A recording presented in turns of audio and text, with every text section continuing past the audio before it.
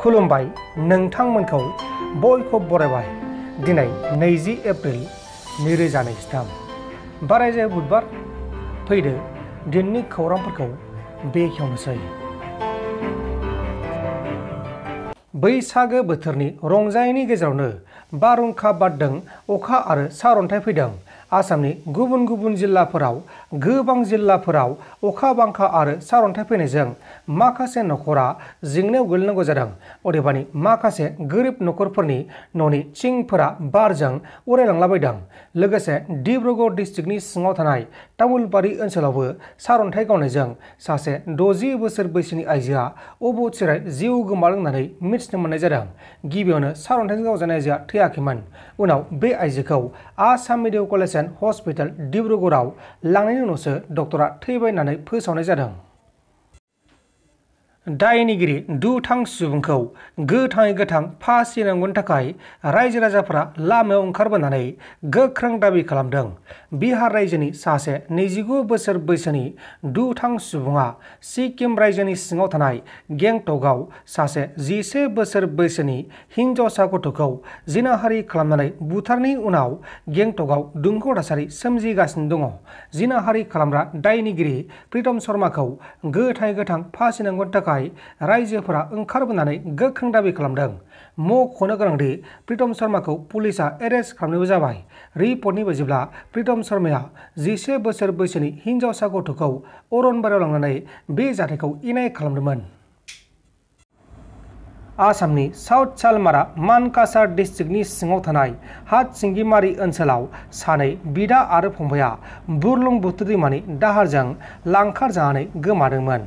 गिबियावनो फंबाय सासेया हरखाबै बोरैबा जानानै दैयाव गोलैलांनायाव बिदाया फंबायखौ रैखा खालामनो थाखाय दैयाव हाबनायाव दैनि दाहारजों लांखार जानानै बे जाथाया जादों।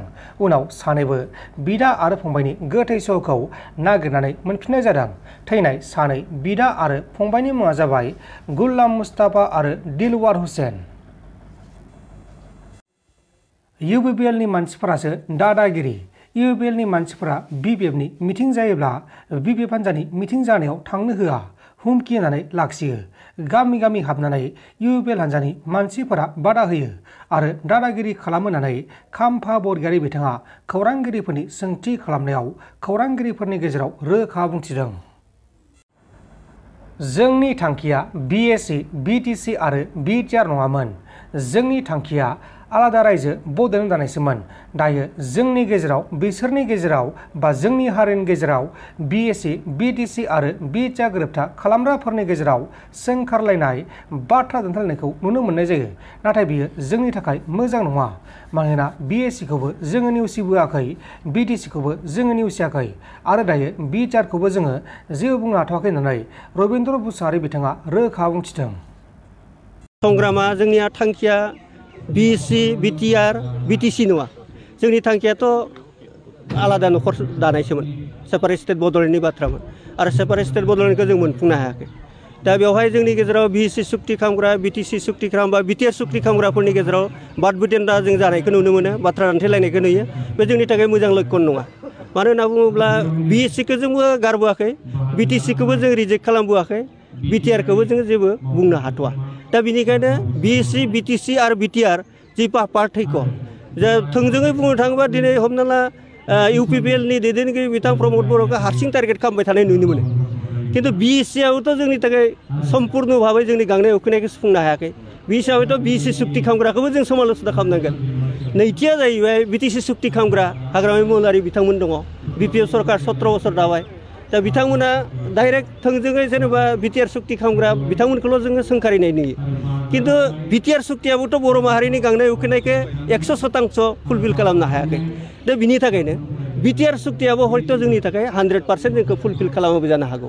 खिन्थु बिएससिखौ जों जेरै नेदों इमप्लिमेन्टेसननि थाखाय, बिटिसिखौ जोंबो जेरैबायदि इमप्लिमेन्टेसननि थाखाय नेदों, थिग बेबायदिनो बिटिआरखौबो मोनसे समसिम जोङो इमप्लिमेन्टेसनखौ जों नायनांगोन। दा बिनि थाखाय बिएससि, बिटिसि आरो बिटिआरनि सुक्ति खालामग्राफोरखौ जुदि प्रमद बर'खौबो जुदि हारसिं एटेक खालामबाय थानांगौ जायोबा जों हाग्रामा महिलारिखौबो खालामनांगोन, बिएससि सुक्ति खालामग्रा सानसुमा खुंगुर बैसोमुतिरिखौबो जोङो समाल'सना खालामनांगोन। नोंथांमोन दासिमनि माखासे खौरांफोरा बेखिनिनोमोन। बेखिनिसिम नायनायनि थाखाय नोंथांमोननिसिम रोजा रोजा साबायखर। गोजोन्थों। एसेनोसै। जै बर' हारिनि।